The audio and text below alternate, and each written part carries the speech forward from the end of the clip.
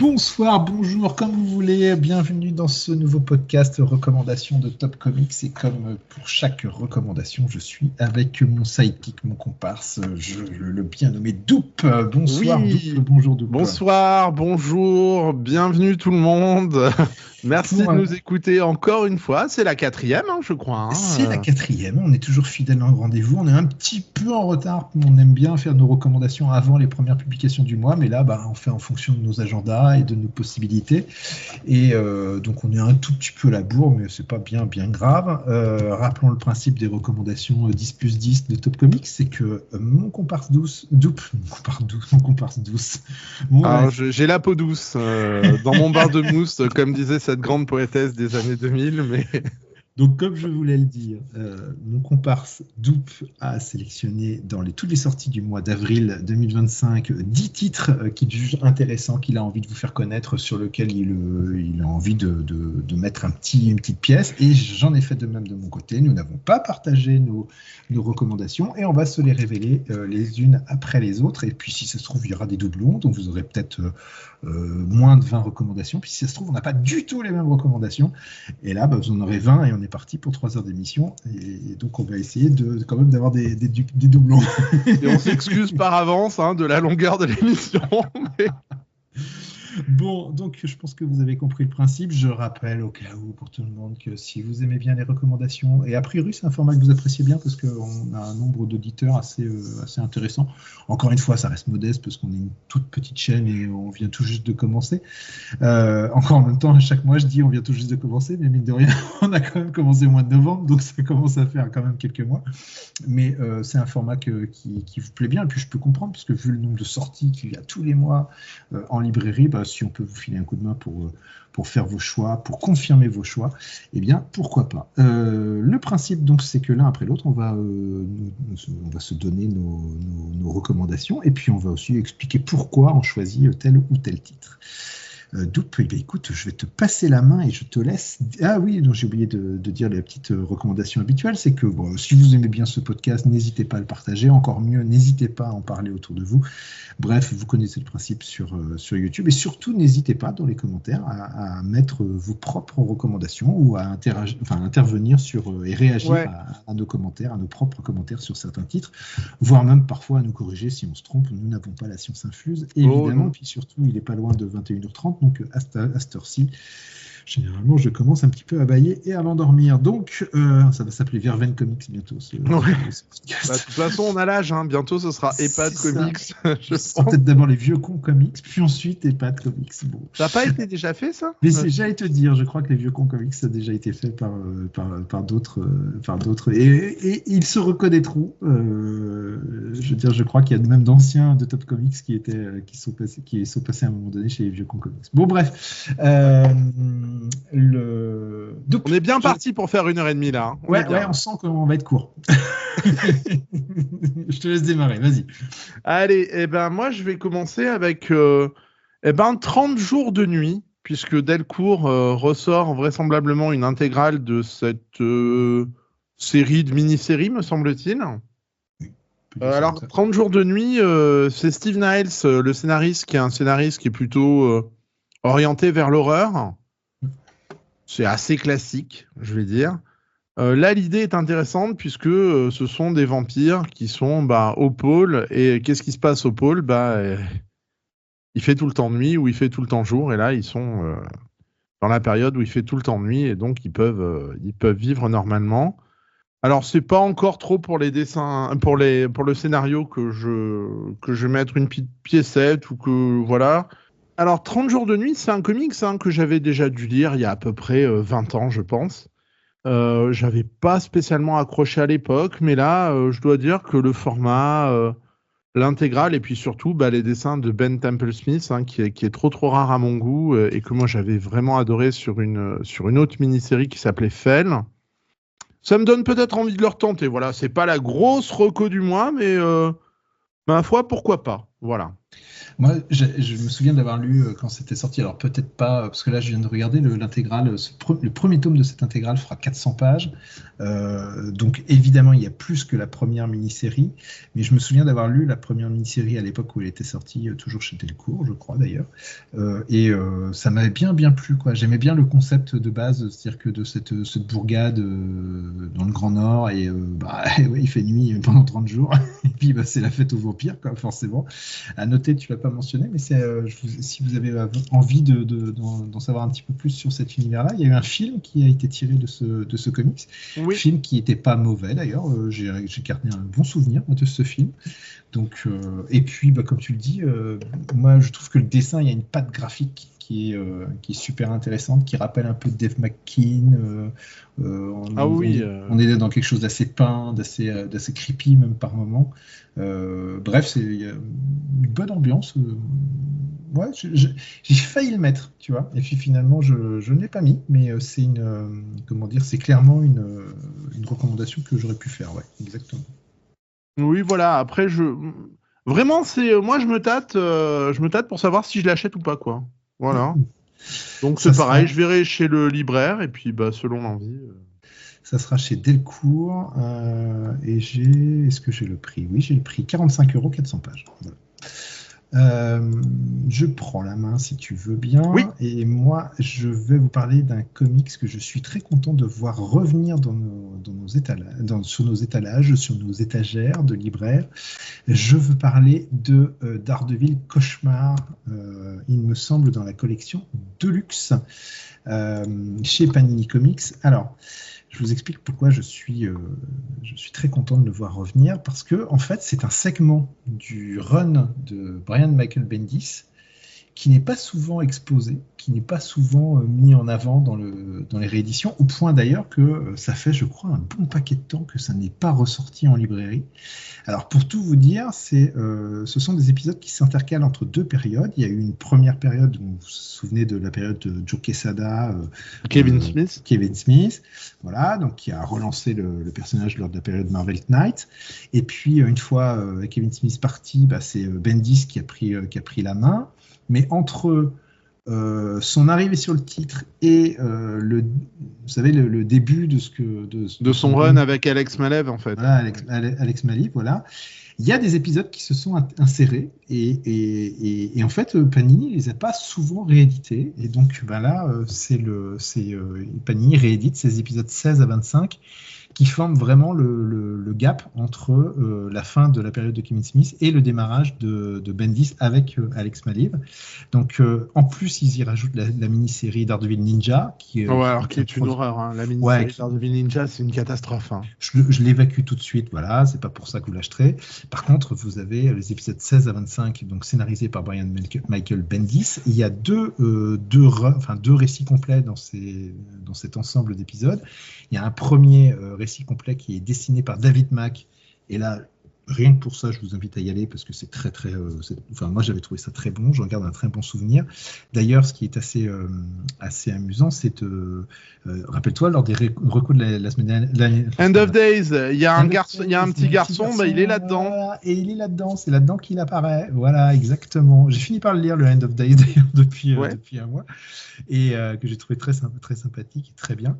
Et donc, ce petit garçon, il apparaît pour la première fois dans ce run-là. Et puis, c'est complété pour aller jusqu'à l'épisode 25 par les épisodes que Bendis scénarise avec Phil Winsdale. C'est Bob Gale qui scénarise. C'est Bob Gale qui scénarise. Ah bon, alors je me gourre, pardon. Et donc, dans mes souvenirs, c'est vraiment un récit de procès. Voilà, de procès, c'est ce que j'allais dire. On est vraiment dans la salle d'audience et là, pour le coup, c'est très axé sur Matt Murdock. Ouais. Et il y a quand même le dessin de Phil Winsdale qui est pas dégueulasse non plus. Ouais. Là, vraiment, pour moi, c'est le point fort de ce volume. Alors moi, je l'ai pas sélectionné, hein, mais le Bob Gale. Alors Bob Gale, pour ceux qui connaîtraient pas trop, c'est un scénariste qui a fait 2-3 trucs chez DC, chez Marvel. C'était surtout le scénariste des films Retour vers le futur. Et en fait, il a fait juste un petit truc. C'est lui qui a fait les premiers épisodes de No Man's Land sur Batman. Ouais. Et puis vraiment, c'était très bon. Et il a fait un Ant-Man Big Christmas, il me semble. Il a fait 2-3 trucs, Bob Gale. Après, il a dû partir. Mais vraiment, l'arc qu'il réalise là sur un procès est vraiment, vraiment très intéressant. Ouais. Et je trouve que ouais, c'est même meilleur que ce que fait Bendis sur les premiers épisodes là avec David Mack. Et franchement, mais ça reste 2 très très bonnes histoires.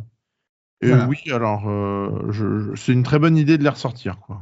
Et donc, grâce à cet album, vous avez donc là, cette fois-ci, vous pouvez maintenant avoir dans votre collection assez facilement l'intégralité du passage de Marvel Knights, donc Kevin Smith, Joe Quesada, ensuite l'arrivée de Bendis avec cet album qui sort ce mois-ci, puis ensuite vous pouvez enchaîner avec Underboss qui est vraiment on va dire l'acmé le premier de l'ère Bendis.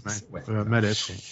Et on n'a pas beaucoup parlé, on va pas s'arrêter trop longtemps, mais David Mack quand même, quoi. Enfin Kabuki, je trouve que graphiquement ça envoie du bois ces épisodes-là. Moi j'adore le style de David Mack. Je voudrais pas dire de bêtises, mais il me semble que David Mack, il est ancré par Joe Quesada, ou que Quesada fait quelques dessins sur le truc, et on sent vraiment le mélange des deux, et c'est vraiment très très sympa. Ouais, c'est une période assez chouette. Oubliez le ninja qui est graphiquement pas terrible et en plus l'histoire est pas super. Mais le reste, vous pouvez y aller. Voilà, c'était ma petite recommandation. À toi, Doupe. Qu'est-ce que j'ai, moi ? Si on reste un peu dans cette idée-là, moi je vais vous parler d'un Marvel Must-Have qui ressort avec Sentry, la mini-série de Paul Jenkins et de Jelly. Sentry, c'est quoi ? C'est un personnage qui a été créé, donc, on va dire, au début des années 2000, me semble-t-il. Ouais. Et qui a été rétroactivement introduit dans l'univers Marvel, c'est-à-dire qu'il y a eu tout un hoax à l'époque. Alors, on est vraiment au début des années 2000, donc Internet, ça balbutie un peu, mais Marvel avait fait une blague en disant qu'ils avaient retrouvé un super-héros qui avait été créé par Stan Lee avant même les 4 Fantastiques, ce genre de choses. Donc c'était pas vrai du tout, mais Paul Jenkins a utilisé ce personnage, il a fait un espèce d'hommage, et en fait la mini-série Sentry, qui est dessinée par Jelly, donc on retrouve un petit peu le combo de l'équipe des Inhumains. Si vous avez adoré les Inhumains, on est un petit peu dans la même veine. Et bien en fait il y a eu plein de petits one-shots qui ont mis Sentry dans différentes époques, avec différents super-héros, et sincèrement, au niveau dessin, ça envoie du lourd, parce que moi, je me rappelle, il y en avait un dessiné intégralement par Bill Sienkiewicz, il y en a un qui était dessiné par Phil Winslade, me semble-t-il. Donc, vraiment, là, graphiquement, Jelly, Bill Sienkiewicz, ça tabasse plutôt pas mal, et Paul Jenkins, c'est un excellent scénariste quand il doit aller dans dans la psychologie des personnages.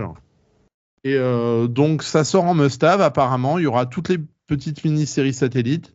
D'accord. Et moi je vous le conseille parce que c'est une très très bonne lecture. Ouais, c'était sympa, je me souviens.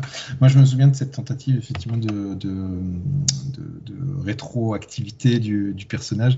Ça marchait pas forcément super bien, je trouve.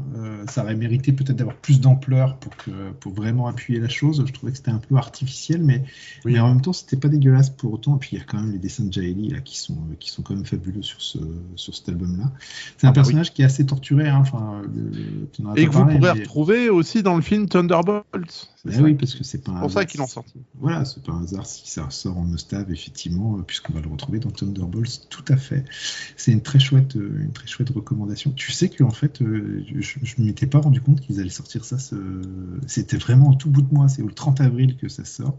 Ouais, Thunderbolts. Ouais, non, mais j'ai pas fait attention que Thunderbolts sort le 12 avril, mais j'avais pas fait gaffe que comment dire, Panini ressortait Sentry. Et je me rends compte qu'ils sortent aussi Sentry Reborn.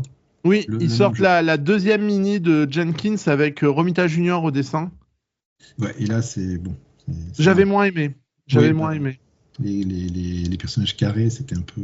Et j'adore Romita Junior, mais là, on commence à arriver dans la mauvaise période de Romita Junior. Qu'est-ce que j'ai noté, moi, dans ma tablette ? bah oui, forcément. C'est un album que j'ai lu quand j'ai été tout petit et que je suis très content de voir revenir. C'est chez Urban Comics. Urban Comics nous ressort Gotham by Gaslight, Batman Gotham by Gaslight, qui, comment dire, est un album. Pardon, excusez-moi. C'est un Elseworld. Je crois bien que c'est peut-être même un des premiers, si ce n'est pas le premier Elseworld qu'il y a eu. Non, c'est pas les le premier. premiers Elseworld, non. J'ai Pas du plus, tout. j'ai plus le truc en tête, mais non, c'est pas un des premiers. Eh ben voilà, merci de me corriger. Scénarisé par Brian Augustine, dessiné par Mike Mignola, donc forcément ça envoie du bois. Enfin, moi, Mike Mignola, Batman, époque victorienne, 1880, et surtout en fait Batman contre Jack l'Éventreur, c'est un peu la promesse. Eh bien, attends, après recherche, tu as tout à fait raison, c'est bien le premier titre Elseworld, tu vois. Et quelle humilité, tu vois, je te laissais, je te disais oui, bah, je peux te Bon, donc le premier Elseworld, voilà, de chez DC Comics. Voilà, j'achète moi cette idée de Mike Mignola qui dessine Batman dans l'époque victorienne. Moi, ça fonctionne à plein. Hein. Enfin, je veux dire, moi, j'avais beaucoup aimé cette histoire-là. C'est la rencontre entre deux grandes icônes. Ça marche très bien. Rien que pour le dessin, vous pouvez y aller, quoi. Tellement c'est chouette. La seule chose, c'est que j'espère, j'ai pas vérifié, hein, mais j'espère que les couleurs n'ont pas été refaites. C'est la seule chose que j'espère, parce que j'ai souvenir que les couleurs d'origine étaient plutôt chouettes et j'aimerais pas qu'ils aient commencé à nous repeinturer tout ça en couleur digitale avec des dégradés, etc., des dégradés dégueulasses. Parfois, il y a des choses quand même qui sont pas très jolies à ce niveau-là. J'espère qu'ils ont gardé comment dire, la couleur d'origine, mais ouais, vous pouvez y aller. Ça sera très bien. Ça sort le 11 avril. Ça coûte 18 €, donc c'est pas non plus extrêmement cher. Bon, ça contient Gotham by Gaslight, ça contient aussi. Et la suite avec Eduardo Barreto. Ouais, voilà, Eduardo Barreto. Qui est super au niveau des dessins aussi. Moi, il y a Convergence Shazam 1-2. Alors là, je pas trop pourquoi Convergence, mais en même temps, ça remonte quand même à quelques semaines, donc quelques années, Convergence. Donc, je pense on comprendra quand on le lira, mais là, pour l'instant, je vois pas trop. Convergence Shazam, waouh. Shazam 1-2. J'ai dû les lire, ça, mais alors, je sais pas. Je sais pas du tout. Peut-être ça doit être à l'époque victorienne, j'en sais rien. Ils doivent faire un retour dedans. J'en ai aucun souvenir. Je pense que je les ai lus, hein, mais j'en ai aucun souvenir. Alors pour l'anecdote sur ce Batman Gotham by Gaslight, eh bien sache que j'ai encore, et je pense que voilà, là on arrive sur EHPAD Comics, hein, mais moi j'ai encore la version Comics USA. Qui s'appelait Appelez-moi Jack. Voilà. Exact. Et je pense que c'est une des seules que j'ai gardées moi de Comics USA parce que moi je dois t'avouer que ça m'a plu mais sans plus en fait. Ah ouais. Et tu te souviens de ce qui c'était Mignola, ça te plaisait pas ou Je sais pas. Je l'ai gardé, hein, tu vois, donc parce que c'est Mignola et je pense que les dessins m'avaient beaucoup plu. Je sais pas. Il faudrait peut-être que je le... Mais je t'avoue que je pense que j'ai dû le lire à peu près 30 fois quand j'avais 12 ou 13 ans. Ouais. Et je pense que je l'ai jamais plus réouvert. Donc ça pourrait peut-être me faire une bonne relecture, si tu veux. Mais j'ai jamais eu l'envie de le relire, quoi, en fait. Ouais. Moi, là, sincèrement, j'ai bien envie de le relire. Moi, j'en garde un très bon souvenir et j'ai très hâte de pouvoir remettre la main dessus. Donc voilà, j'ai vérifié pendant qu'on parlait. A priori, les couleurs n'ont pas été retouchées. Donc très bien.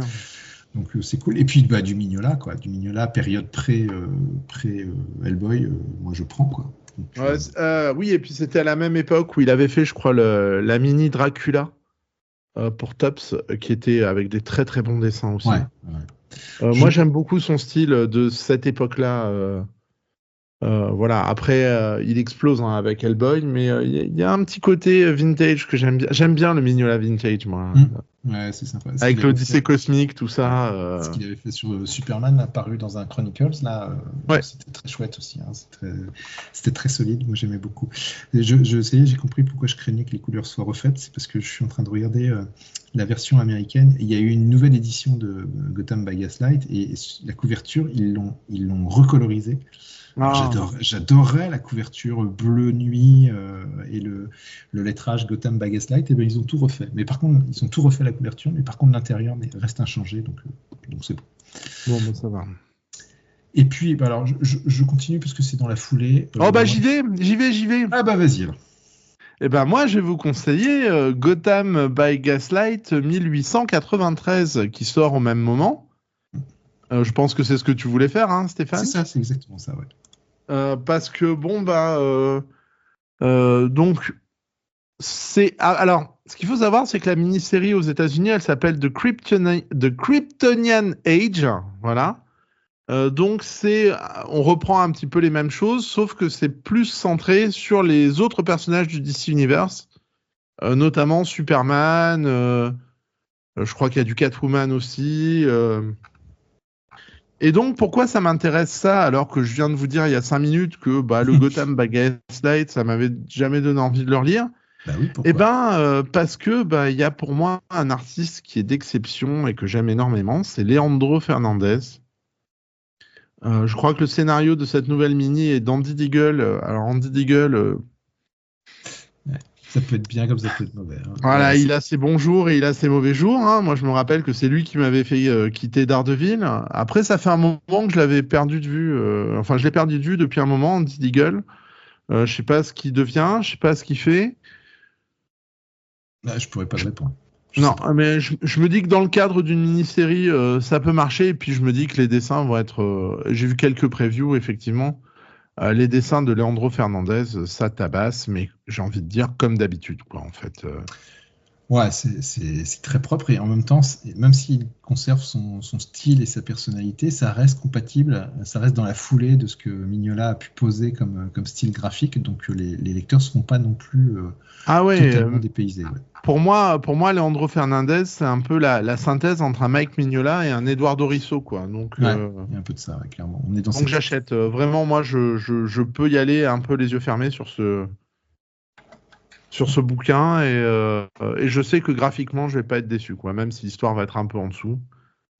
Peut-être, mais ça va permettre par contre de creuser peut-être un petit peu plus cet univers, parce qu'avec Gotham by Gaslight, on était vraiment axé sur la confrontation.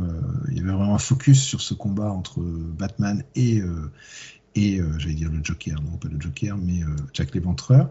Et là, clairement, on est sur quelque chose qui ouvre cet univers et qui va permettre d'explorer un petit peu autre chose, Catwoman, Green Lantern, etc. Donc, alors attention, parce que j'ai peur que ce soit qu'il n'y ait pas de conclusion. Parce que vraisemblablement, c'est pas une mini-série, c'est une suite de mini-séries. Ah, tu crois ça, toi ? Il me semble que j'ai vu passer ça, ouais. Que la suite devrait arriver, mais elle n'est pas encore arrivée. Est-ce qu'ils ont peut-être conclu leur mini-série et ils vont étendre l'univers après ? J'espère que c'est ça. J'espère qu'on va pas se retrouver avec une mauvaise surprise où à la fin, suite au prochain numéro, qui n'est pas sorti aux États-Unis. Faudra juste se méfier de ça, en fait. Il y a 6 épisodes, ça c'est sûr. C'est le contenu effectivement proposé dans cet album. Est-ce qu'au bout du 6e épisode, il y a au moins une conclusion, ne serait-ce que temporaire, ou est-ce que le récit est quand même complet ? C'est une bonne question. D'ailleurs, je me rends compte qu'on aperçoit, comment dire, la fiancée du Joker aussi. Tout ça est dans une ambiance très steampunk, de toute manière. Ouais, mais niveau dessin, ça va être très bien, mais juste faire gaffe à ça, peut-être. Je ne sais pas. Eh bien, tu as raison, parce que sans vouloir vous spoiler, la mini-série de 6 épisodes se termine par un à suivre. Ouais. Arrête, j'avais pas fait attention à ça, effectivement. Et ça, c'est un peu con. C'est-à-dire que si c'est sorti en juin 2024, ouais. C'est sorti en novembre. Le 6e épisode est sorti en novembre 2024. Ouais, ça va, il y a encore le temps, mais Leandro Fernandez, il met du temps à faire des comics. Donc, faudrait pas qu'on ait un gap d'un an ou deux avant d'avoir la série, quoi. Ouais, exact. Donc voilà, si vous aimez le steampunk, si vous aimez comment dire, l'époque victorienne, eh ben vous avez là de quoi vous régaler, hein, avec deux chouettes albums. Qu'est-ce que j'avais mis à la suite? Ah oui, euh, Panini, il va y avoir une nouvelle salve de Panini Poche avec leur collection à petit prix qui régale un petit peu tout le monde puisque ben, ça permet de soit compléter ses lectures, soit de se faire une petite collection pour un prix pas trop cher. Et on est un peu comme tout le monde, on fait attention à son porte-monnaie. Euh, bah, Panini va rééditer une énième fois Spider-Verse, mais moi j'aime beaucoup Spider-Verse, donc je vous invite, si vous n'avez jamais lu Spider-Verse, à faire l'acquisition de ce Panini Poche, 9,99 €, 10 €. Vous aurez pour cela tous les épisodes principaux de Spider-Verse, c'est-à-dire Amazing Spider-Man 7 à 15 et Spider-Verse 1 et 2. Pour résumer rapidement, nous avons ce qu'on appelle des héritiers qui sont des super vilains qui pourchassent à travers le multivers tous les Spider-Man et Women possibles. Et donc, bah, évidemment, Spider-Man va devoir recruter les différents Spider-Man des différents univers pour pouvoir lutter contre ses héritiers. C'est un scénario assez délirant de Dan Slott qui aujourd'hui s'inscrit parfaitement dans le style multivers que l'on peut trouver dans le MCU. À l'époque, moi j'avais trouvé ça assez intéressant, ça m'avait bien plu, mais il faut dire que j'aime beaucoup Dan Slott sur Spider-Man, hein, donc voilà, attention, je suis un peu un fanboy. Et puis il y a Olivier Coipel quand même. Je suis pas un fan d'Olivier Coipel, mais je trouve que sur Spider-Verse c'est quand même bien joli et bien agréable à lire. Là, vous tenez quelque chose d'assez, vous tenez un récit quand même assez culte, on va dire, lié à Spider-Man pour 9,99 €. Il serait dommage de se priver. Tu as remarqué, je dis rien. Hein. Tu dis rien, je pense que tu n'aimes pas Spider-Verse. Je hais Dan Slott sur Spider-Man, mais vraiment. Mais tu n'as pas de goût, mais c'est pas possible. Vraiment, c'est. Alors voilà, c'est comme ça que voilà, c'est.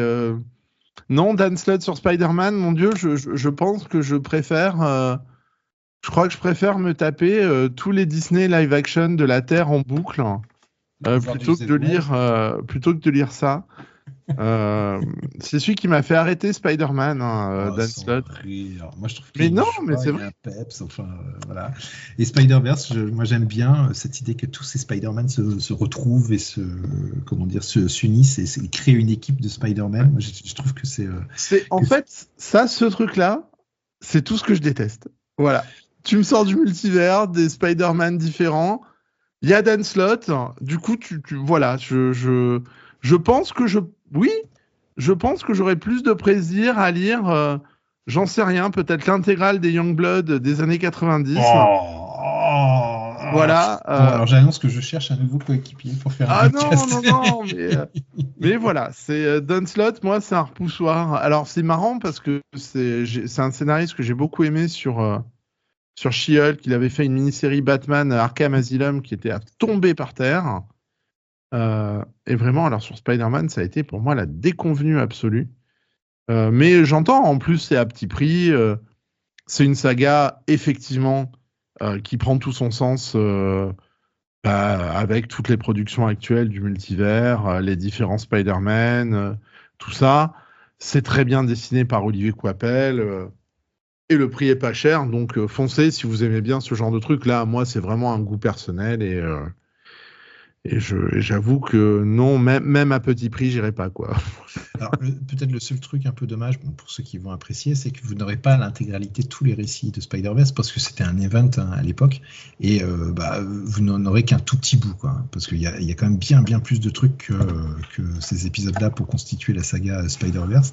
Mais vous avez largement de quoi vous amuser à travers ce récit, sachant que c'est une idée en plus qui sera réutilisée par la suite. Alors, comme ça va avoir énormément de succès, Marvel va dupliquer cette recette de nombreuses fois avec Venom, il y aura même un Spider-Verse 2, je crois. Donc voilà, c'est clairement pour moi une recette particulièrement intéressante à suivre. Bon, alors, tu n'aimes peut-être pas Spider-Verse, mais alors toi, qu'est-ce que tu proposes pour ce mois-ci, ta prochaine Eh recrue? ben, moi, je vais rester dans les petits prix, mais je vais aller chez Urban. Ah. Et bah, du coup, tant qu'à être dans l'outrance, autant y aller sur quelqu'un qui sait bien le faire, hein, pas comme Dan Slott, puisque ben, Urban sort en petit format bah, les 2 premiers tomes de Preacher, la méga série de Garth Ennis et de Steve Dillon, Ouais. qui est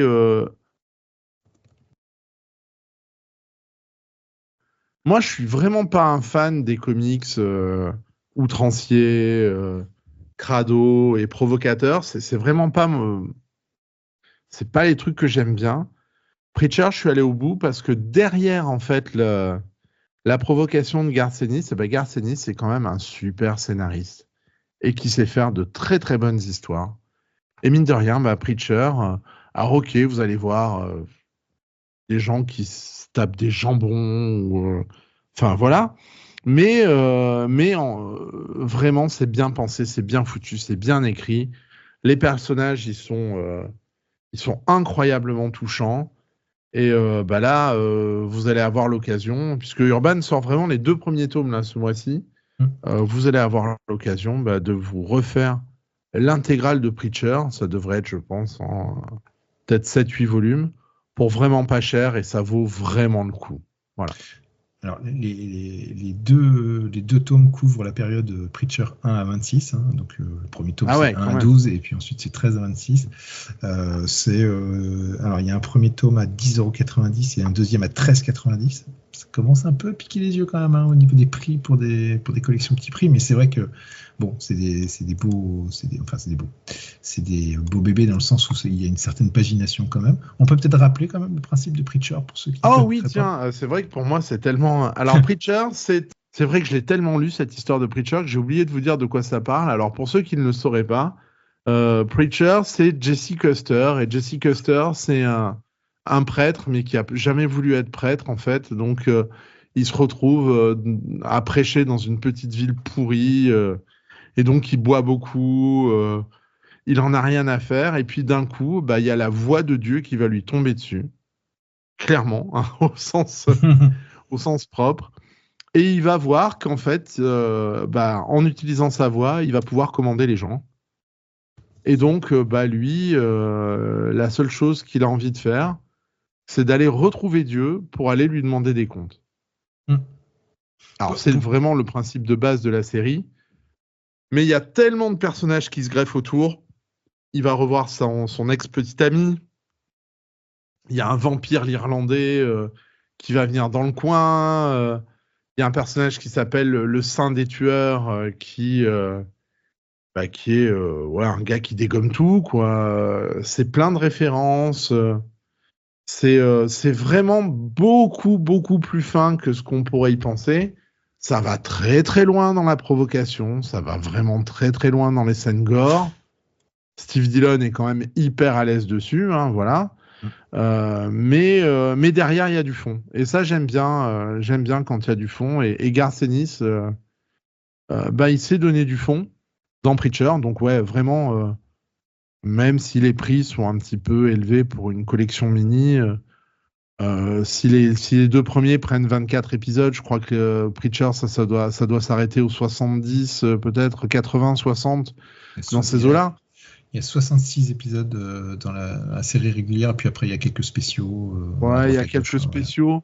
On va dire en gros 70 épisodes, donc globalement, ils vont les sortir en 6 tomes, quoi. Donc vous allez avoir. Ouais, vas-y, pardon. Vous allez avoir l'intégrale de Preacher pour quoi? Pour 70 balles. Oui, ça va, hein? Ça va. Ça peut.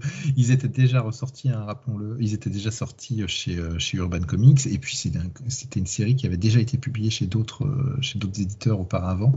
Oui. Ça avait même été Le Téméraire. Le Téméraire. Il avait d'abord sorti en kiosque, puis ensuite en cartonné. Et puis rappelons quand même aussi que c'est une des séries phares du label Vertigo, hein, du défunt label Vertigo. Enfin, défunt et ressuscité, oui. Mais bref, vous m'aurez compris. C'est une série qui a gagné des prix Eisner, donc c'est vraiment une série repère, enfin culte parmi les lecteurs. Là, oui, c'est un incontournable, Preacher. Mais c'est pas pour tout le monde. C'est vrai qu'il y a un humour quand même qui est poussé très très loin par Garcenis. C'est trash, hein. Ouais, il y a des moments où et je trouve personnellement que c'est ce qu'il a écrit de plus trash. C'est-à-dire qu'après, en fait, il courra après la trashitude entre guillemets, mais il n'arrivera jamais à retrouver, on va dire, ce trash élégant qu'il y a entre guillemets. Hein. C'est ça. Ouais, c'est le. Dans Punisher, par exemple, après, il courra encore après le côté trash, mais ça deviendra, je trouve, plus grotesque, plus ridicule. Là. C'est trash, mais voilà, c'est pas non plus totalement. Il y a du fond, il y a du fond. Il y a un fond, il y a du questionnement religieux, hein, évidemment. Et puis il y a des personnages qui sont pas manichéens, ni tout blanc ou tout noir. Jess Custer, c'est pas forcément un mec super sympa. Ses compagnons de route non plus. Et puis les méchants sont pas forcément totalement méchants. Enfin, donc il y a toute une critique de l'Amérique qui est très bien aussi. Alors, je sais pas si tu as déjà lu Hitman du même Garcenis, qui est ressorti chez Urban récemment l'année dernière. Et là aussi, c'est une série où il y a du fond.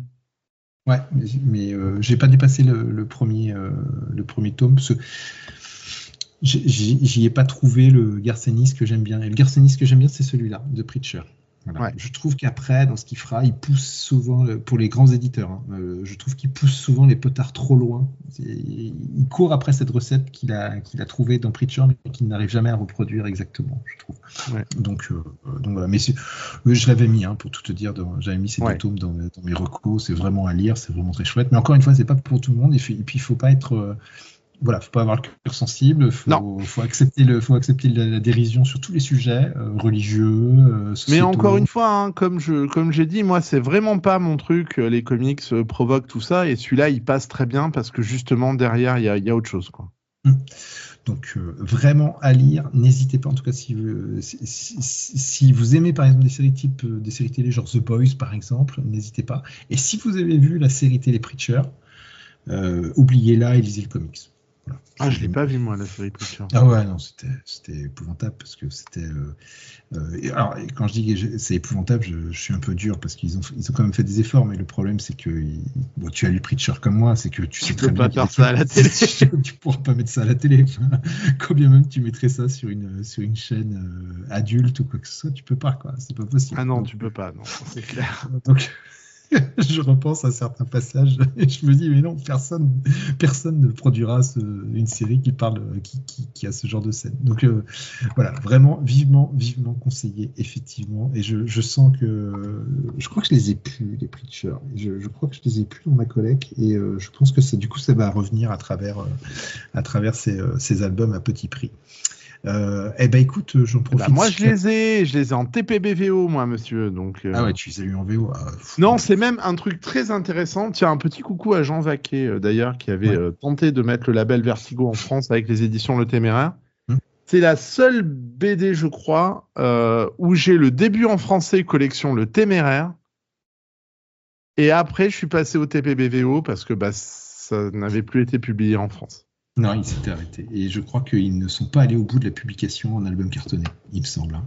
Ah bah non, ils se sont arrêtés relativement tôt. Il y a quoique, il y a dû avoir 5 ou 6 volumes, mais qui reprenaient des épisodes 1 à 30, quoi, à peu près. Et donc, j'ai pris tout le reste en TPBVO. C'était mes premiers TPBVO. Oh là là, on est vraiment dans la nostalgie, là. Hein. Moi, Le Téméraire, ça me rappelle Death, Le choix d'une vie, etc. Voilà. Une sacrée période. Moi, c'est ce qui m'a fait découvrir Vertigo, hein, et devenir un Vertigo addict. Et puis, je suis passé à la VO après. Hein, derrière. J'avais complètement oublié, mais le Preacher a été au catalogue Panini pendant un temps. Tu vois, j'y avais pas... Ah ouais. Ouais, j'avais pas fait attention, mais ils ont publié toute la série. Chez Panini, tu vois, c'est marrant ça. Ils avaient repris les recueils américains à l'identique. Ouais, c'est marrant ça. J'avais complètement zappé que Panini avait traduit. Ah bah oui, mais si, le traducteur, ça doit être. Comment il Ah bah s'appelle? oui, c'était Jérémy Manès, C'est oui. Jérémy Manès et je crois que j'avais lu que Urban avait trouvé la traduction était tellement bien de Jérémy Manès que en fait ils ne se voyaient pas de la refaire, donc ils avaient repris les droits de cette traduction, si je ne me trompe pas. Et si vous connaissez cette histoire, n'hésitez pas à commenter, à rectifier si je me trompe. Voilà. Bon, bref, on a assez parlé de Preacher, vous pouvez y aller, c'est du bon, n'hésitez pas. J'espère qu'ils mettront les spéciaux, il y avait 3 spéciaux, il y avait les 5 tueurs, il y avait Cassidy, et il y avait la tragédie de Tronche de cul, qui sont des personnages secondaires, on va dire, dans l'histoire, mais qui avaient droit à des numéros spéciaux qui détaillaient un petit peu plus leur personnage. Poursuivons. Eh ben, on reste dans la même collection et on va changer d'ambiance. Moi, j'ai sélectionné Batman and Robin Tuerney. Eh ben moi aussi. Ah ouais, bah voilà, tu vois, les grands esprits, hein. Dès qu'on parle plus de Dan Slott, dès qu'on parle plus de Dan Slott. Donc, Batman and Robin Tuerney, c'est quoi? Vous avez vous avez Grant Morrison qui s'est installé sur les séries Batman et qui a produit un run qui est clivant, mais que moi j'aime assez. Qui est pourri, voilà. Moi j'aime assez, même si j'ai eu du mal à l'apprécier au début, mais j'ai fini par l'apprécier. Et en même temps... La vache, tu m'as sorti Dan Slott et Grant Morrison en moins de 20 minutes, là, j'ai ma tension qui a monté de 20 points, là. T'étais pas prêt, en fait. J'étais pas prêt à ça. C'est ça. Et encore, t'es pas prêt sur certains choix qui vont venir. Et donc, Batman and Robin Tuerney, c'est quoi? Batman and Robin, c'est une autre série, Batman, qu'on a confié à Peter J. Tomasi, c'est une série, en fait, qui s'attarde plus sur le dynamique duo. C'est un peu le Stéphane Edoup de DC Comics. On s'intéresse là plus à la relation entre Batman et Robin, Robin cette fois-ci dans cette série, c'est Damian, son propre fils. Et donc c'est une série qui va explorer les relations paternelles, les relations père-fils entre Batman et ce Robin-là un peu particulier, parce qu'il y a aussi une relation d'amour-haine, du fait qu'on le rappelle, Damian, c'est le fils de Batman et de Talia al Ghul, la fille de Ra's al Ghul. Et ce que j'aime beaucoup en plus dans ces épisodes, c'est que j'aime beaucoup le dessin de Patrick Gleason. J'adore le style de Patrick Gleason sur ces épisodes-là. C'est puissant, c'est massif, c'est beau. Style qu'on retrouvera pas trop après sur ces Spider-Man chez Marvel, hein, je trouve. Hein. Oui, je trouve que son style a perdu, en fait. A beaucoup perdu. Et si vous voulez lire donc du bon Patrick Gleason, allez-y là. Wow, je trouve que ça claque, quoi. Moi, j'aurais surtout tendance à dire que Peter Tomasi, qui était un éditeur à la base, hein, qui est après devenu scénariste, en fait, c'est celui qui a tout compris en fait à l'essence de Batman et lui, il comprend, il arrive à être fin, il arrive à faire des choses sur les relations entre les personnages. Et vraiment, rien que pour ça, ça mérite largement l'achat. Voilà. En plus, les dessins de Gleason sont très très bons, effectivement. Voilà. Ça, c'est vraiment pour les gens qui aiment vraiment Batman, quoi. Le Batman de Tomasi. Ouais, foncez, c'est vraiment très très bon. En fait. Oui, 8,90 €. Vous aurez les 9 premiers épisodes. C'est Batman and Robin volume 2. C'est le New 52, c'est les épisodes 0 à 8. Vous pouvez y aller, hein, c'est du bon. Voilà, vous ne le regrettez pas. Alors, je ne sais plus si dans ces épisodes, il y a le passage où il va sur Apocalypse, Batman, pour récupérer Damian. J'ai pas vérifié, mais ces épisodes-là, ils sont démentiels. Enfin, moi, j'aime beaucoup ces passages-là. Ouais. Doop. Non, c'est vraiment très bien. C'est du vrai. Moi, c'est ce que j'ai envie de lire quand je lis du Batman. Quoi. Ouais, clairement. Voilà. Doop, qu'est-ce que tu as sélectionné d'autre? Un truc, mais je sais pas. Voilà, j'ai des gros doutes. C'est intéressant. Ça sort chez Delcourt. C'est Barnstormers. Voilà, c'est quoi ça? Donc, qui est une histoire de Scott Snyder. C'est pour ça que j'ai des doutes. Oui. Exact. Et des dessins de Tula Loté dont on avait parlé déjà, tu sais, par cette Somna, voilà. Moi, le Tula Loté, j'adhère à fond. Je sais pas, je suis amoureux des dessins de Tula Loté. Donc j'ai envie d'y aller. Par contre, ça a l'air d'être une espèce d'histoire avant la Grande Dépression, donc dans les années 20, avec des gens qui font des shows aériens. J'ai lu les 2 premiers. sur 5. Bon, j'attends que ça décolle un peu. Je suis pas allé plus loin. Les dessins sont à tomber, donc je le mets en reco, mais voilà, Scott Snyder. C'est très bien, Scott Snyder. Ouais. On sent comme il y a une fracture dans la force. Ah, c'est pareil, voilà, c'est ma troisième némésis, Scott Snyder. Franchement, son Batman, c'est un truc qui était ni fait ni à faire aussi. Après, il a fait quelques bons trucs, mais je suis pas spécialement. Son American Vampire est vachement bien. Quand même. Alors, je l'ai jamais lu, ça. Ah ouais, t'as jamais lu, tu devrais. Witches aussi, c'est vachement bien. Witches, c'était sympa, voilà. Très bien. The Wake, c'est vachement bien aussi. Enfin, moi, j'aime beaucoup. Alors, évidemment, je vais défendre Scott Snyder parce que j'adore Scott Snyder. Même mais tu peux pas défendre son run sur Batman. Si, je le défends. Si, quand même, malgré tout. Mais tu vois, je l'avais pas mis dans mes recos parce que la dessinatrice. Non, mais là, moi, je suis hyper faible. Moi, tu me sors tout la Loté qui reprend. J'en sais rien, moi, Améthyste, Princesse of Gemworld, j'y vais. Hein. Tu peux même me mettre, je sais pas qui, un tachon de base au scénario. Je serais prêt à la suivre, tout la Loté, mais là, pour le coup, je sais pas pourquoi. Il y a vraiment des dessinateurs qui, moi, ça me parle. Je sais pas, je sais pas d'où ça sort, je sais pas pourquoi.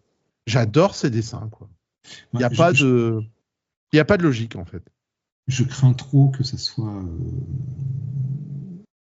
joli, mais que ça soit très statique. Quoi. C'est un peu creux, non, avec Snyder, il y a aucune chose. C'est pas statique du tout, moi. Je te dis, j'ai lu les 2 premiers et vraiment, elle réussit bien à faire les trucs en vol, avec les avions, dans les nuages, tout ça. Non, c'est plutôt dynamique. Mais par contre, ça, pour l'instant, moi, je trouve que les 2 premiers sont très très creux et très convenus, donc.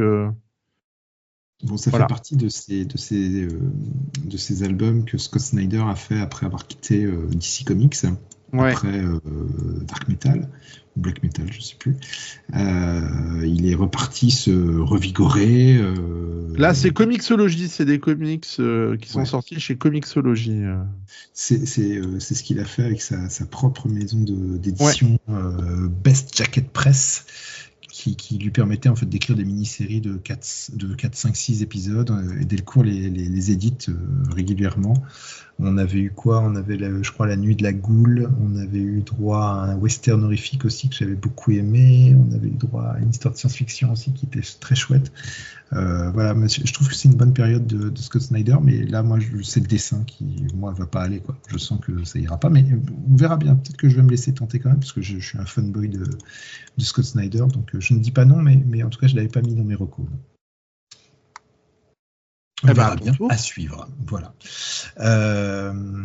Qu'est-ce que moi je vous propose ? Ah, bah oui, c'est assez normal. Ce que je vous propose pour la suite, c'est un tome 2 et on retourne dans la collection Petit Prix de chez Urban Comics. C'est Gotham Central, tome 2. Quoi. Ah, bah oui. Oui. Voilà, c'est tout ça pour vous dire que déjà, achetez le 1. c'est tellement ça semble évident. Voilà, de toute façon, Gotham Central, vous pouvez y aller, hein, ça sera bien. Donc, moi, je suis pas loin de mettre sur la meilleure série Batman des 20-25 dernières années, alors que Batman apparaît quasiment pas dans la série. Quoi. Ouais, d'ailleurs, le choix des couvertures, ils ont décidé de continuer à faire des choix de couverture qui n'ont aucun rapport, qui ont très peu de rapport avec le contenu. Hein. La première couve de Gotham Central au format poche, on voyait Joker au sol pointé par un flingue. Je crois que de mémoire, le Joker apparaît pas dans ces épisodes. Et là, on a Batman qui s'immisce dans un bâtiment par une fenêtre. Et comme tu le dis, Batman est quasi inexistant. Enfin, il est présent, mais hors champ, quoi, en fait, dans cette. Ouais, parce que Gotham Central, hein, pour ceux qui ne sauraient pas, ça raconte l'histoire des flics de Gotham, en fait. C'est ça. Et c'est vraiment, c'est Greg Rucka et Ed Brubaker qui sont des spécialistes du genre. Les dessins, c'est Michael Lark, c'est à tomber par terre. C'est une des meilleures séries d'ici Batman, je vous dis, des 20-25 dernières années, quoi.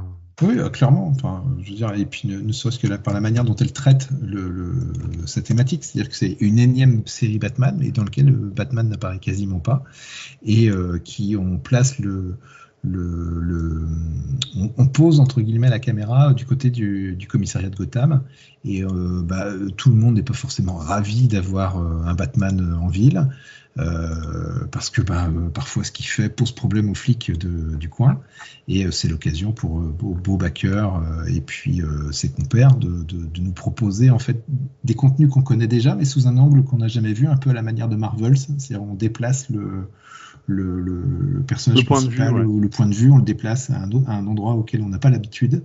Et donc, ça tout de suite, ça rafraîchit des histoires qui seraient sinon assez convenues. Mais là, ça marche très, très bien. Donc, allez-y. Voilà. Donc, et puis, en plus, je crois qu'il y a le personnage de René Montoya qui continue à avoir de l'importance dans cette série. Qui est un des personnages préférés de Greg Rucka, en plus. Donc, il a choix. Ouais. Qui s'en est beaucoup occupé après sur The Question et ce genre de choses. Non, c'est vraiment très très bon. Voilà, donc n'hésitez pas, foncez. Voilà. À mon tour. À toi, ouais, à toi. Eh ben moi, il m'en reste un. Moi, je suis pas allé à 10 ce mois-ci. Moi, ce sera pareil. Il me reste le Superman Space Age. Ah. Qui est un très très très très très très bon comics.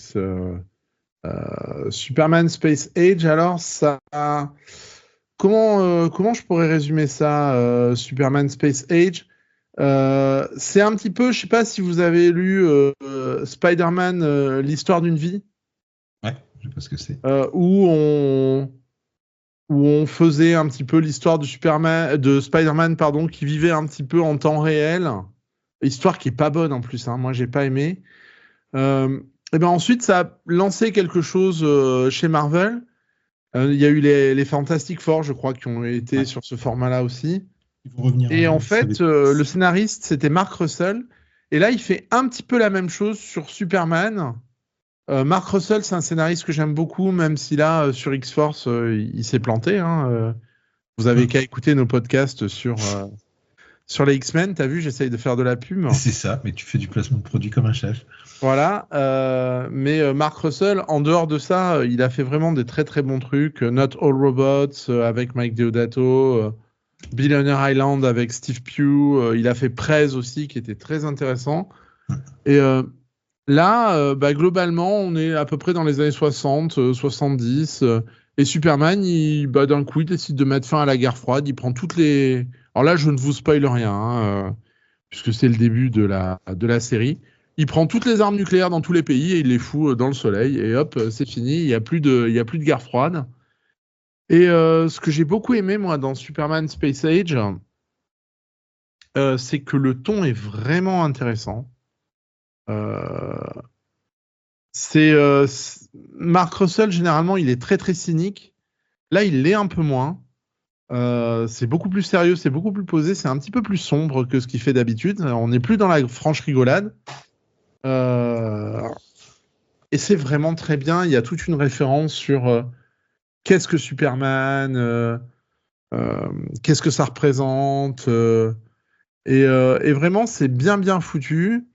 Il y a un petit milieu où c'est un petit peu plus faible parce qu'il y a Batman qui arrive et je l'ai pas trouvé très intéressant. Mais vraiment c'est une très très bonne mini-série. Pour moi c'est vraiment la mini-série du mois. C'est le bouquin à lire ce mois-ci. Et puis c'est surtout parce que vous avez les dessins de Michael Red. Hein, et Michael Red, excusez-moi, mais Michael Red, pour moi, c'est Dieu vivant. Il a un Superman qui est très bon. Il est fait pour... c'est quelqu'un dont le style est rétro, mais il est moderne aussi. Donc il est parfait pour dessiner le Superman des années 60, comme celui des années 70, comme celui des années 2000. Et Michael Red, derrière son aspect, alors au départ, les gens jugeaient ses dessins enfantins. En fait, pas du tout, quoi. C'est très, très, très réfléchi. Et moi, Michael Red, c'est quelqu'un que je suis et que j'aime depuis le début. Et je suis très content de le voir sur des projets d'envergure comme ça. Et en plus, il donne vraiment toute l'étendue de son talent graphique. Et donc, pour moi, le Superman Space Age, allez-y. Parce que c'est vraiment, pour moi, le comics du mois, voilà, si j'ose m'exprimer ainsi. Si Michael Red, vous ne voyez pas qui c'est lui qui avait marqué les esprits quand il était arrivé chez Marvel avec X-Force il y a plusieurs décennies. Marvel avait relancé les séries mutantes et Grant Morrison était arrivé sur les X-Men. J'aime bien citer Grant Morrison quand je peux en ta présence. Non, mais sur les X-Men, je prends. Ça va, tu prends. Et donc Michael Red était arrivé avec Pete Milligan, je crois, sur X-Force. Sur Milligan, et c'était devenu une série assez incroyable. Enfin, on n'avait jamais vu ça. Et puis dernièrement, vous avez peut-être eu l'occasion de le lire avec Dan Slott. Oui, et qui est un bon récit de Dan Slott. C'est très très bien le Silver Surfer de Dan Slott et de Michael Red. C'est ça. Et tu vois, je peux dire du bien des gens aussi quand ils écrivent des choses sympas. Je sais bien, mais je t'ai lancé. Tu vois, j'ai créé l'autoroute qui a permis que tu dises du bien. Je suis en train de le préparer depuis quelques minutes. Dan Slott, quand il fait pas des histoires à base de prout et des tacos mal digérés, comme il a fait dans Spider-Man pendant à peu près 4 ans, voilà, c'est très très bien. Il sait très bien écrire, Dan Slott. Et bon, alors. Du coup, Michael Red, c'était le dessinateur de Silver Surfer. Le style lui allait très très bien. Ouais, et on se rend compte que sur Superman, ça marche aussi très bien. Alors moi, je trouve que son style il a un peu évolué et entre Silver Surfer et Space Age. Et pour l'avoir feuilleté en VO, je trouve que son évolution me plaît moins bien, tu vois. Donc, ah ouais, non, moi j'ai accroché, moi. Je peux comprendre qu'un lecteur, ça le rebute un peu, tu vois. Je peux tout à fait comprendre.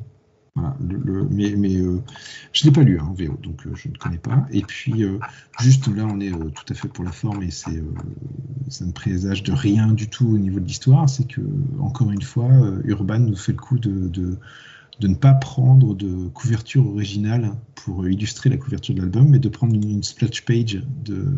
Ah ouais la couverture de la VF, en fait, c'est une splash page d'un des épisodes, je crois d'ailleurs que c'est une splash page du début. Et j'avoue parfois que je comprends pas pourquoi Urban fait ça, parce qu'il y a des couvertures en VO qui sont tellement bien, parce que les couvertures du premier épisode, Space Age, vous la prenez, vous avez une espèce de Superman géant qui tient dans sa paume une planète Terre qui est en train de s'effriter. Le dessin est tellement chouette. Et je comprends pas pourquoi ils choisissent de prendre un extrait de la bande dessinée que je trouve, enfin là encore une fois c'est chacun ses goûts, mais je trouve que c'est comme, elle est vachement statique cette image sur la couleur. Ouais, et puis c'est retaillé, c'est retaillé, c'est-à-dire que c'est pas je pense que c'est même pas une splash quoi, c'est un bout de page qu'ils ont agrandi, qu'ils ont recadré aussi à mon sens. Sincèrement, je trouve que c'est pas très vendeur, quoi. Alors, je sais pas pourquoi ils font ça. C'est une splash page, je te confirme. D'accord. Je viens de vérifier, mais je trouve que ça vend pas le truc, quoi. Enfin, je suis un peu surpris. Ils avaient fait le coup déjà avec je crois que c'était le Batman Dark City, où ils avaient repris un dessin du Joker pour le mettre en couverture. Ouais. Alors que c'est quand même pas les couvertures alternatives qui manquent en VO et je trouve que là pour le coup ils sont pas bien.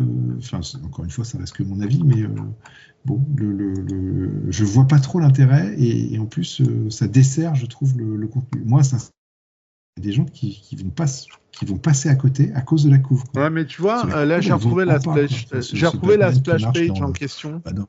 Dans les ruines de la forteresse de solitude là. Bon, j'ai retrouvé la splash en question. Ils ont agrandi quand même le Superman. Ils ont retaillé un peu dans la couve et puis il manque tout le texte et tous les trucs qu'il y a autour. Et c'est vrai que ça fait un petit peu vide la couverture d'Urban. Bon, encore une fois, c'est que la couverture et on juge pas un bouquin à sa couverture, mais c'est dommage. Enfin voilà. Oui. C'était pour l'anecdote. Il reste mon petit dernier. Alors, et le dernier va vous surprendre. Vas-y, je suis déjà à 20 de tension, là, tu peux y aller. Je ne l'ai pas lu, mais je suis curieux de voir ce que ça donne. C'est le Aliens What If. Oh Ah ouais, je sais. Alors moi, je suis très curieux de voir ce que c'est ce truc-là. Alors, d'abord, remettons les choses un petit peu dans le contexte. Aliens What If, c'est quoi? Alors, c'est donc un What If, on prend quelque chose qu'on connaît et on imagine une version différente. Là, ça se passe dans l'univers de Aliens. Donc, Aliens, c'est le deuxième film tourné par James Cameron. Et là, le principe, c'est la question qui est posée à travers cette mini-série en 5 épisodes, c'est et si Carter Burke avait survécu. Et là, normalement, si vous n'êtes pas à fond dans l'univers Alien, vous devriez vous dire, c'est qui Carter Burke? Tu vois qui c'est, toi, Dope, Carter Burke? Oui. Ouais. Alors, je crois que c'est Michael Biehn, l'acteur, qui le jouait. C'est le gars qui accompagne Ripley dans Aliens et qui meurt à la fin. Hein, voilà. Eh ben, pas du tout. Je suis désolé. C'est pas lui? Ok. C'est pas lui. Carter Burke, c'est, je sais plus comment, le personnage s'appelle Carter Burke. Il est joué par Paul Reiser. Donc c'est un personnage que. Ok, d'accord. C'est le méchant, c'est le salopard. C'est le traître, voilà, ouais. C'est le traître de Aliens. Et alors, dans le film Aliens de James Cameron, sa fin est pas tout à fait claire. C'est-à-dire qu'en fait, on ne le voit pas mourir. La dernière fois qu'on le voit, il est face à un Aliens. Bon, évidemment, on n'est pas débile, on imagine bien qu'il a 0 chance de survie, mais sa mort n'est pas graphique, quoi, si vous voulez. C'est-à-dire qu'on n'insiste pas énormément dessus. Et là, Marvel s'est dit, tiens, enfin Disney plutôt, parce que c'est un album de la 20th Century Studios, enfin un comics de la 20th Century Studios. L'idée, c'est de se dire, et si ce mec-là avait survécu, qu'est-ce que ça deviendrait? Bon, alors. Évidemment, c'est quand même pas super fort comme concept au départ. Je suis assez d'accord avec vous. Je veux dire, moi, quand j'ai découvert parce que moi, un What If Alien, c'est pas cette idée-là qui me vient en premier en tête, quoi. Tu vois, ça pourrait être d'autres trucs. Moi, j'aurais fait. Et si Newt avait survécu, enfin, tu vois, un truc. Et c'est l'auteur lui-même, enfin, c'est l'acteur lui-même qui scénarise, quoi. Alors, il co-scénarise, un peu à la manière de ce qui se fait de temps en temps, c'est-à-dire qu'on redonne à un acteur la possibilité de réinterpréter quelque part son personnage en étant co-auteur et co-scénariste. Rappelle-toi, c'est ce qui s'était passé avec le Sphinx. C'est l'acteur qui jouait dans The Batman, qui avait Paul Dano. Voilà, Paul Dano qui avait écrit une mini-série sur le Sphinx. Et là, c'est Paul Reiser lui-même qui coécrit ce What If, alors en 5 épisodes. Bon, grosso modo, il a survécu, hein, évidemment. Oh là là, spoiler. Il a survécu, il revient sur Terre, il refait sa vie sur Terre en tant que chef d'entreprise. Mais évidemment, ça s'appelle What If Aliens. C'est pas pour rien, c'est que quelque chose a survécu et les aliens vont forcément revenir à un moment ou à un autre. Et on va peut-être avoir droit à ce vieux fantasme des aliens sur Terre. Pourquoi pas, voilà. Donc moi je suis assez client, je sens le truc nanaresque à bloc, mais je me dis pourquoi pas. Alors graphiquement, que je ne dise pas de bêtises, ça a l'air dégueulasse, hein. Graphiquement, ça n'a pas l'air super, mais bon, sincèrement, qui lirait Alien What If pour le dessin? Enfin, voilà, je crois que c'est Adam Goldberg qui est au dessin, et c'est pas. C'est pas un scénariste? C'est peut-être un scénariste, je sais plus. Attends, je vais te dire ça. Ouais, t'as raison, c'est un scénariste. C'est Guyu Villanova qui dessine ça. Donc, ils ont été chercher un mec que je connais pas du tout. En même temps, c'est un type qui a fait quoi? Il a fait du Judgment Day, il a fait du Slayer, du Twilight Zone. Ouais, enfin, bon, il a travaillé pour Marvel sur Thunderbolts, sur Web of Venom Wave. Bon, voilà, il a dessiné des épisodes de la Twilight Zone sur la série de comics de 2013. Bon, c'est pas un dessinateur très très connu. Et au niveau du dessin, au niveau du scénario, pardon, on a Adam Goldberg, Brian Volk-Weiss, Hans Rodionov, Leon Reiser et Paul Reiser. Ici sont mis à 4, 5. On va bien voir ce que ça donne. Mais moi, franchement, tu vends du rêve là. Non, mais moi je suis très curieux de voir parce que le concept est tellement casse-gueule au départ que je suis curieux de voir comment ça va être à l'arrivée, quoi. Donc moi je mets une petite pièce dessus quand même. Voilà. Ouais. J'y vais pas. Là, je te suis pas là. Tu liras la chronique sur Top Comics et la conclusion pourrait bien te surprendre. Ou pas. Ou pas. Allez, fais-nous rêver pour le dernier. Ah, moi j'ai plus rien. Ah, t'as plus rien? Ah, je croyais qu'il... Pardon, excuse-moi, je pensais que tu en avais. Alors, par contre, je dis juste un tout petit mot parce que j'ai feuilleté la VO. Il y a de l'alien, hein. C'est-à-dire que ils vous feront pas le coup allez, il y aura un alien à 3 pages de la fin. Non, il y a de l'alien, ça charcle, il y a de la baston. Enfin, c'est un What If, mais ça s'appelle pas What If Aliens pour rien, quoi. Voilà. Bon, et ben, comme je sens que je t'ai convaincu sur ce choix, Non, mais ok, la nostalgie, je l'entends, hein, mais... Ah ouais, non, là, c'est plus de la curiosité, parce que le sujet Enfin, est tu me vends complètement... un truc par deux mecs qui ont jamais écrit de comics, qui sont aidés par deux autres gars qui je sais même pas qui ils sont, par un dessinateur qui est Il y a des, correct, il y sans a des, plus. il y a des couves de Phil Noto. Ah bah alors, on est sauvé, j'ai envie de dire, mais non, là, j'y vais pas, là. Tu me suivras pas? Non, j'y vais pas. Bon, Et je sens vraiment le. Non, là, j'ai un radar pour ce genre de choses. t'as un bullshit détecteur comme l'ami Bruce. Ouais, et là, je sens que là, on doit pas être très très bien, mais Après, il faut dire que j'ai tendance à beaucoup aimer les nanars, etc., etc. Donc, c'est peut-être cette dépravation qui fait que je suis plutôt sensible au concept de base. Bon, après tout, c'est mon podcast, j'ai bien le droit quand même de temps en temps tout de à lâcher fait, mes tout à propres fait, trucs. tout à fait. Voilà. Donc, à suivre, on verra bien. Je vous en parlerai quand absolument je serai client, hein, je l'achèterai. Donc, on verra bien ce que ça donne. Bon, bah, écoutez, on a fait le tour de cette. Mais on a été court. Putain, on a fait 1 heure, un tout petit peu plus d'1 heure, mais qu'est-ce qui nous arrive d'où on vieillit? Il faut dire que la production du mois est pas. Alors, c'est un peu ce que je me suis dit quand j'ai regardé ce qui allait sortir au mois d'avril. C'est vrai que je me suis dit. Alors, d'abord, il n'y a pas de Chronicles, il n'y a pas d'intégrale. Donc, Il n'y a pas une intégrale Excalibur? Si, pardon, tu as raison.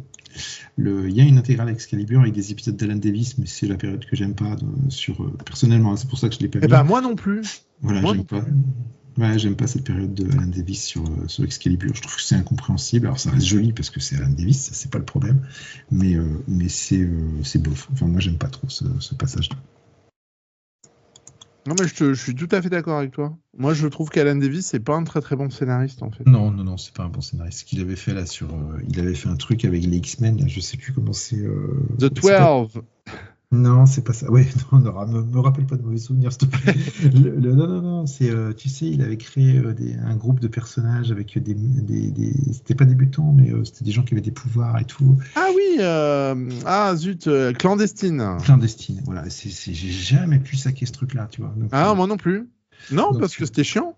Ouais, parce que, bah voilà. Donc, moi, j'aime bien quand il dessine. Voilà. Donc, et quand il dessine, il est bon. Voilà. Si, je crois qu'il avait fait Le Clou de GLA oui. de Nail. Ouais, oui, et c'est sorti chez Urban. Chez Urban, il y a les deux. Il y a la mini-série. Ça, c'était très bon. Je dirais pas très bon, mais oui, c'était bien. Ça se lisait bien, quoi. En tout cas. Non, dans ce que j'aurais pu conseiller d'autres, enfin, je mentionne quand même la fin de Mon Stress. Je crois que c'est la fin, c'est le 9e tome chez Delcourt. Il y a le 2e tome d'une intégrale Lord Baltimore chez Delcourt aussi qui sort, qui doit être plutôt pas mal. Et je l'ai pas mis parce que je suis pas fan de cette série, mais il y a DC Vampire World War V qui va sortir. Ouais, je sais. Ouais, bah, moi, j'aurais pu mettre Briard tome 2, qui est une espèce de redite de la. Je crois que c'est La Belle au bois dormant, me semble-t-il. C'est ça. Sauf qu'ils ont le dessinateur, c'est plus Germán Garcia, et du coup, bah moi, j'y irais pas, parce que j'aimais beaucoup Germán Garcia, mais là, il y est plus, donc je boude. Tu boudes ce truc-là. Non, voilà, c'est vrai que j'ai pas trouvé énormément de trucs où je me suis dit waouh, il faut que je conseille ça, etc., etc. J'ai pas mis les X-Men, mais on va probablement faire un podcast sur les X-Men 7 et 8. Ils sont chez moi, donc ils n'attendent que moi pour que je les lise. Attention, ce sera peut-être mes derniers, moi, hein, parce que. Ouais, ça va peut-être. Il y a de l'enjeu là. D'où va-t-il rester dans le podcast? Ouais. Alors, je suis surpris, par contre, par exemple, que tu m'aies pas mis X-Men Dieu crée, l'homme détruit. Ah, eh ben, j'ai failli aller. Et tu t'es dit que je le mettrais. Alors, déjà, je me suis dit que tu le mettrais, ouais. Et alors, le truc, c'est qu'apparemment, c'est une édition où ils ont rajouté des pages. Ah. Mais dessinées par le Brent Anderson, mais de maintenant. Ah oui, il y a Man Kills Extended Cut de 2020. Et franchement, non, je suis pas d'accord avec ça. D'accord.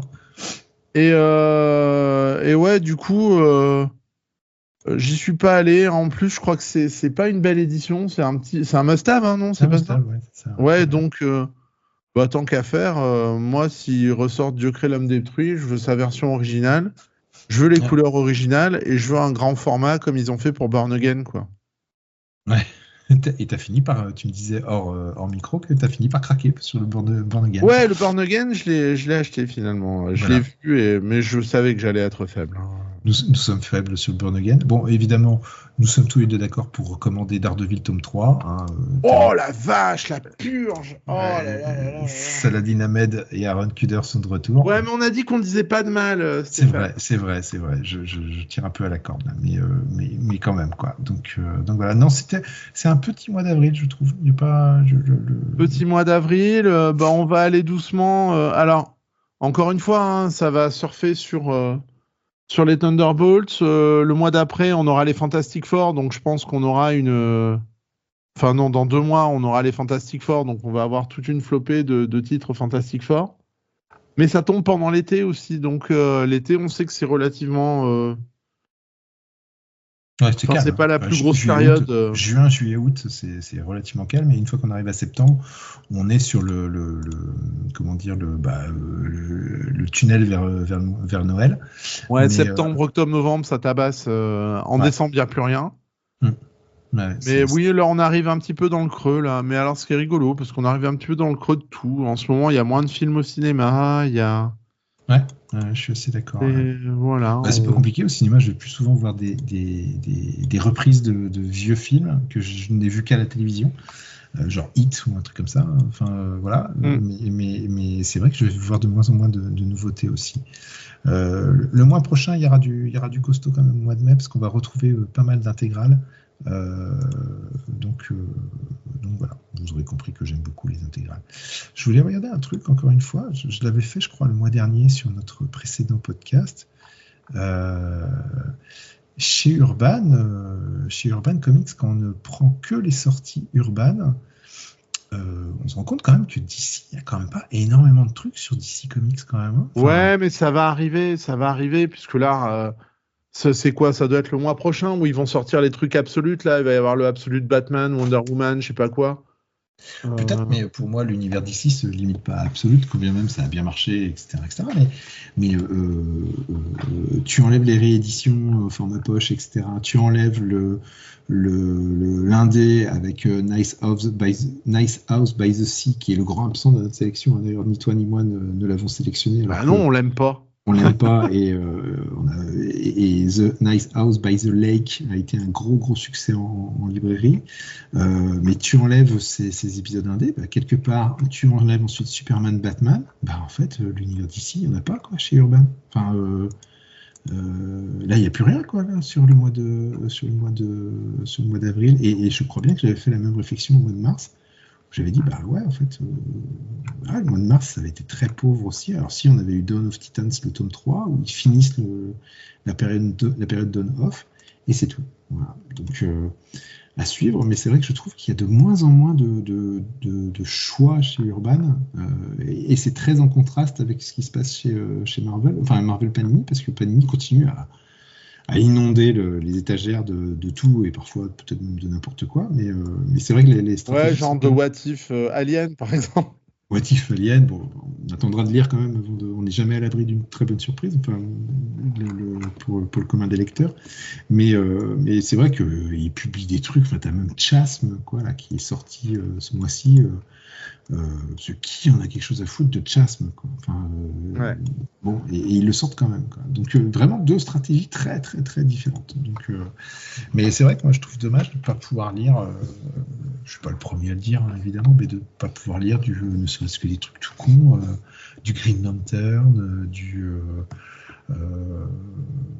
enfin bref, là il est tard donc j'ai pas forcément de nom en tête, mais on a l'impression que l'univers d'ici est tout petit quoi, enfin, que ça se limite à quelques titres et puis t'as terminé, alors qu'en VO il y a une pléthore de titres quoi.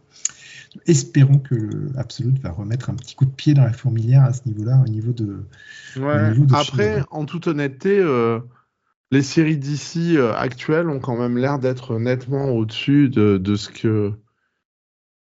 que sort Marvel, en fait. Oui, Hein. ça rend la situation d'autant plus cruelle. C'est que moi, j'aimerais bien pouvoir aller lire ce qui se fait de mieux en ce moment, quoi.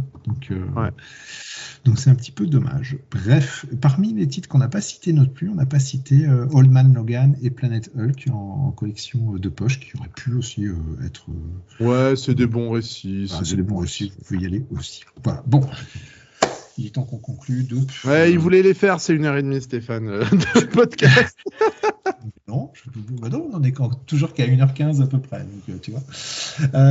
Dope, une petite actualité, quelque chose pour conclure, pour terminer, une série, un film, un truc. Ouais, en ce moment, Doop, il est un peu sous l'eau. Il devrait écrire plein d'articles et il n'y arrive pas parce qu'il n'a pas beaucoup de temps. Voilà, c'est un peu les aléas de la vie qui font que là, j'ai plein d'articles en retard. J'ai un article en retard sur l'omnibus. Sur l'omnibus. Ah zut, il est tard. Hein, sur l'omnibus des Micronautes. Voilà, pardon. Ouais. Pour Bruce Lee, j'ai un article très en retard sur le Captain America de Nick Spencer pour Top Comics. Je sais pas si tu connais. C'est un site. Pareil. Il paraît que c'est pas mal. Paraît que c'est pas mal, mais le dernier article va vous surprendre. Voilà, j'ai un dernier, pareil, j'ai mon fameux 66.6 où je fais un petit peu comme à la radio, là, c'est-à-dire un tour des comics qui sortent ce mois-ci, qui va être très en retard parce que j'ai absolument pas le temps. Tu les prépares là, quoi. Ouais, même pas, parce que j'ai une partie où je suis très très méchant, tu vois. Ouais. On a décidé, nous, qu'on le ferait pas. C'est pour ça que c'est pas tout à fait pareil quand même. Ouais. Et du coup, je suis à la bourre de partout. J'ai une émission de cinéma et je suis pas allé voir de film depuis à peu près 3 semaines. Tout va bien, mais je vais vite me retaper. Voilà. Oui. Bon, allez, il va peut-être y avoir quelques jours de vacances à venir. Ça va Ouais, les vacances vont arriver, vont faire du bien. Et puis là, on va, voilà, je vais finir ma thèse sur le Captain America de Nick Spencer. J'étais parti pour écrire un article sympa. Hein. Là, j'en suis à la page 12 ou 13 et je sens le rédacteur en chef de Top Comics derrière qui commence à frémir un peu là. Voilà. Oh, non, pas du tout. Oh, non. Au contraire, je te dis, prends ton temps. Voilà, il n'y a pas de souci à ce niveau-là. Puis quand ça viendra, ça viendra. C'est pas, ouais. Voilà. Non, moi, alors sur la chaîne YouTube là, de Top Comics, on a sorti. Enfin, je dis j'ai sorti une vidéo sur le top des X-Men les plus puissants et donc ça cartonne, quoi. Là, au moment où on enregistre cette émission, on a dépassé la barre des 9000 vues sur cette vidéo. Voilà, à chaque fois, je suis surpris de voir que les tops, que le sujet de la puissance, de la force, de l'énergie, etc., c'est un sujet qui passionne a priori les lecteurs, enfin les auditeurs plutôt. Donc voilà, donc c'est rigolo. Enfin moi ça me surprend. Tu me disais tout à l'heure, je m'en étais pas rendu compte, mais je le redis devant le micro. Avec cette vidéo, on a fait plus de vues que l'ensemble de toutes les vues de la chaîne Top Comics. Si on les additionne, on a moins de 9000 vues, quoi. Donc c'est rigolo. Et donc voilà, donc c'est marrant. Et puis hormis ça, mais bon, en même temps, je suis pas naïf non plus, que si je fais un top sur les 15 X-Men les plus puissants, je sais très bien que ça va intéresser énormément de monde. Et puis à côté, quand je fais un podcast sur Spectrographe où j'essaye de convaincre les gens de se lancer dans Spectrographe, évidemment ça fait moins de vues au moment où je vous parle, 41, mais en même temps c'est aussi tellement plus pointu et tellement moins fédérateur que ouais, mais on rappelle aussi que ça a toujours été le principe de Top Comics, c'est-à-dire vous voulez voir des tops, oui, et puis nous on essaye de vous proposer aussi quelque chose de plus pointu et de plus quali, et c'est ça en fait la raison d'être aussi de Top Comics. Ouais, ça a toujours été ça. Que ce soit le site internet ou les podcasts, quoi. où on va proposer des tops qui peuvent intéresser un très large public. Et puis, une fois qu'il a fini son top, ce très large public peut dériver sur pourquoi pas un spectrographe, pourquoi pas une intégrale Venom, pourquoi pas et découvrir des trucs qu'ils n'auraient peut-être pas découvert autrement. Donc, on va dire les tops sont plus le produit d'appel. Et puis après, les gens peuvent rester pour d'autres articles, d'autres podcasts. Voilà. Là aujourd'hui, tu vois, j'ai enregistré un Batman Chronicles. J'ai enregistré un podcast sur le Batman Chronicles 1990. Alors évidemment, le truc qui fait près de 600 pages, donc c'est plus une capsule comics. J'ai appelé ça le Parpaing Comics. Ça doit faire 38 minutes, je crois, de podcast, mais vraiment lisez-le, c'est bien. Hein, le Batman Chronicles 1990, on vous l'avait conseillé. Les Chronicles, mangez-en, hein, c'est vraiment chouette. Donc voilà, que ça soit. Et puis ici, cette semaine, on a quand même eu. J'ai pas eu trop le temps d'écrire sur Top Comics, mais j'ai quand même je tenais quand même à faire un article sur la disparition de Val Kilmer, parce que mine de rien, il a quand même porté la tenue de Batman le temps d'un épisode dans la saga, mais mine de rien, il l'a quand même fait. Puis c'était un acteur que j'appréciais, même dans les hauts comme dans les bas. Donc voilà, je me suis fait un petit. J'aime pas trop ce genre d'article. En fait, les articles nécrologiques comme ça, c'est pas trop mon fort. Mais celui-là, paradoxalement, j'ai pris du plaisir à l'écrire. Je ne vais pas dire que ça m'a amusé d'écrire cette nécro, mais j'ai trouvé ça intéressant à faire. Ça m'a permis de me redire, ah oui, tiens, il avait joué dans ça. Ah oui, Tombstone. Ah oui, Jim Morrison. Ah oui, tiens, mince, j'avais complètement oublié. Donc voilà. Non, les sujets ne manquent pas. Et si j'ai aussi eu l'occasion de lire et d'écrire un article sur Hush 2. Je ne sais pas si tu as eu l'occasion de le lire, mais... Non, j'y suis pas allé, je t'avoue. La purge. Oh là là. C'est vrai ? Ah, t'as l'impression... En fait, c'est une machine à remonter dans le temps. C'est-à-dire, si tu veux savoir comment on écrivait les comics au début des années 2000, tu lis Hush 2. Voilà, Jeff Lubb, il n'a pas bougé, quoi. C'est-à-dire que c'est Hibernatus, quoi. On l'a sorti de la glace et puis on lui a demandé de... Et il réécrit comme si quelques mois avaient passé depuis la fin de Hush. Donc, déjà, c'était pas le point fort de Hush au départ. Scénario, mais là non. Et puis alors la petite coquetterie, c'est comme je l'ai fait remarquer dans l'article, je sais pas si tu as lu le scénario, si tu as lu Hush 2. Non, tu l'as lu? Pas du tout. Ah non, Hush 2, moi j'y suis pas. Hush 1, je l'avais beaucoup aimé à l'époque, je trouvais que c'était un bon inventaire de l'univers Batman. Le 2, non. Non, et ça va être rigolo parce que Batman Hush, donc Hush, c'est un des personnages de cette saga. C'est Edmond Touriol qui a traduit le Batman Hush il y a une vingtaine d'années.